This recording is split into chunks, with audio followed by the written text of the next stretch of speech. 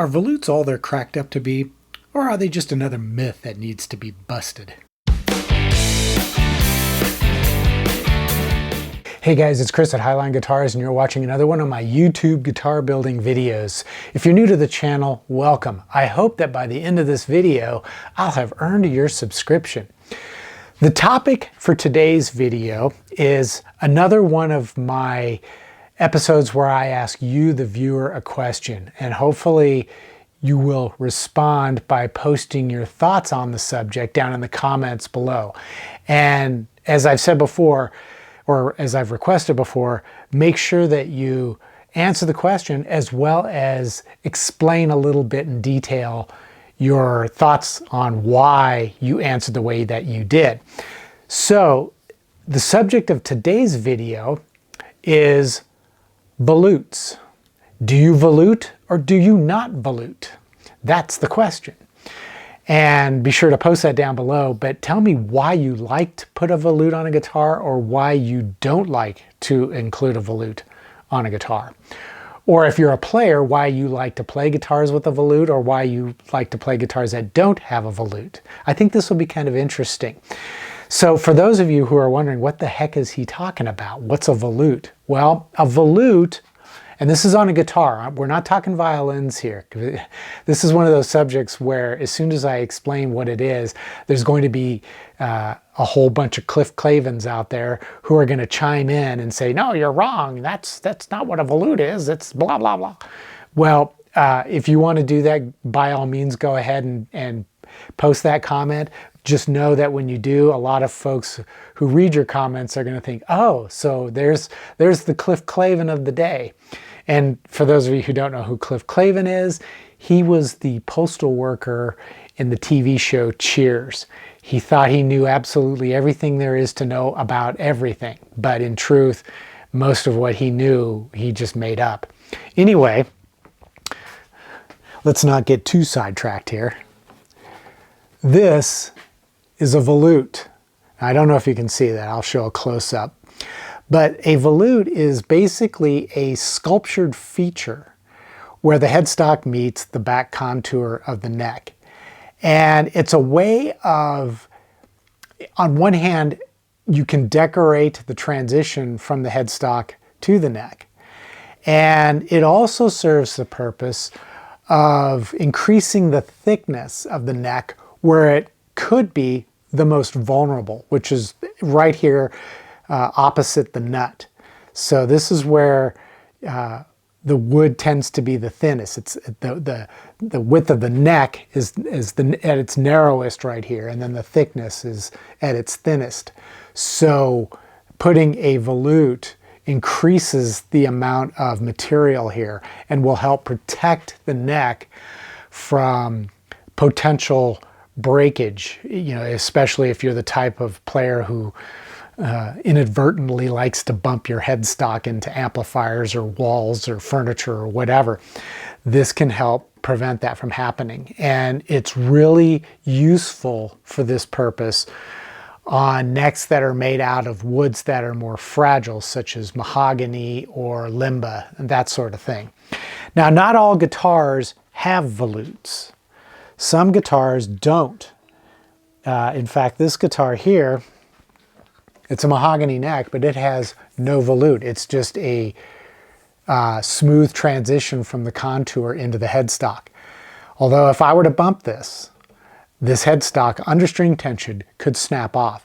And that's one of the reasons why we see Gibson headstocks cracking and breaking so often. It's because typically they don't put volutes on the backs of their necks.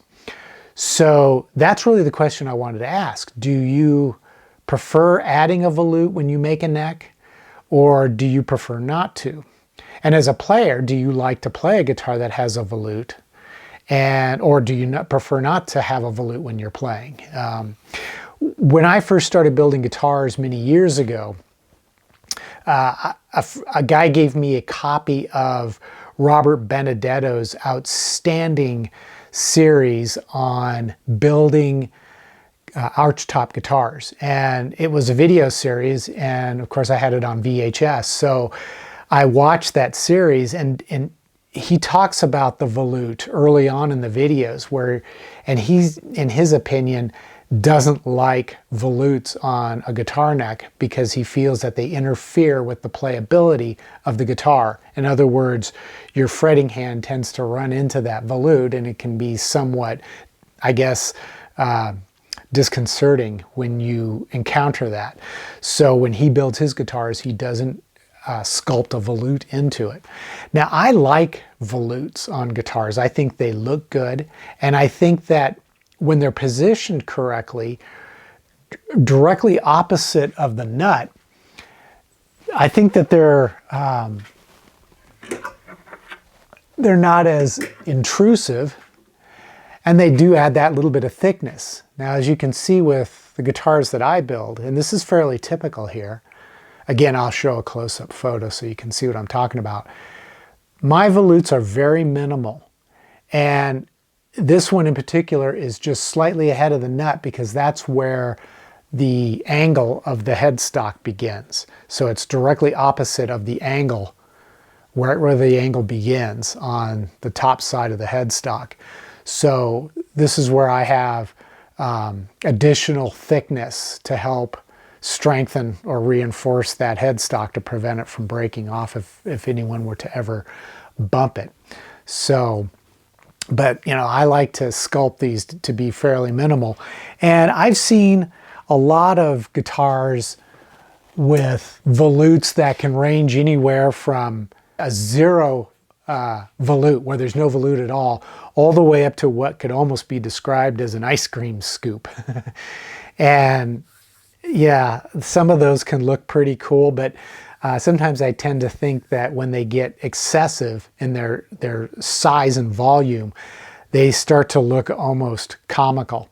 But I'd really be interested to see what you guys think about the whole volute thing. And just to clarify, we're talking about guitars here, not violins. On a violin, the volute is that scroll shape at the end of the headstock. So not to be confused. And I know that there's going to be people out there banging into their keyboards. That's not what a volute is, blah, blah, blah. So at any rate, let me know what your thoughts are. And hopefully we can all get some ideas. And for those of you who are new to building guitars, this will be just some additional food for thought as you plan out a build and decide whether or not you need to incorporate a volute into the neck. It's definitely a cool looking feature. It does take a little bit of skill to carve it and get it shaped just right, but it's not too difficult. And I feel it's really satisfying when you've created a nice subtle volute in the back of the neck where it transitions into the headstock. So let me know what you think. And until the next episode, as always, be sure to click the subscribe button if I've earned your subscription, and also consider at the very least clicking the thumbs up button, show your support for what I'm doing on this channel. And if you'd like to help support my channel financially, you can always visit my merch shelf down below and purchase a t-shirt or plans for building a guitar or the tools that I use to build guitars. And if you want to help support the channel but don't want to buy a plan or anything like that, you can always click that little thanks button down below and leave a little bit of tip in the amount that you decide. So until the next episode, as always, take care, stay safe, and I'll see you soon.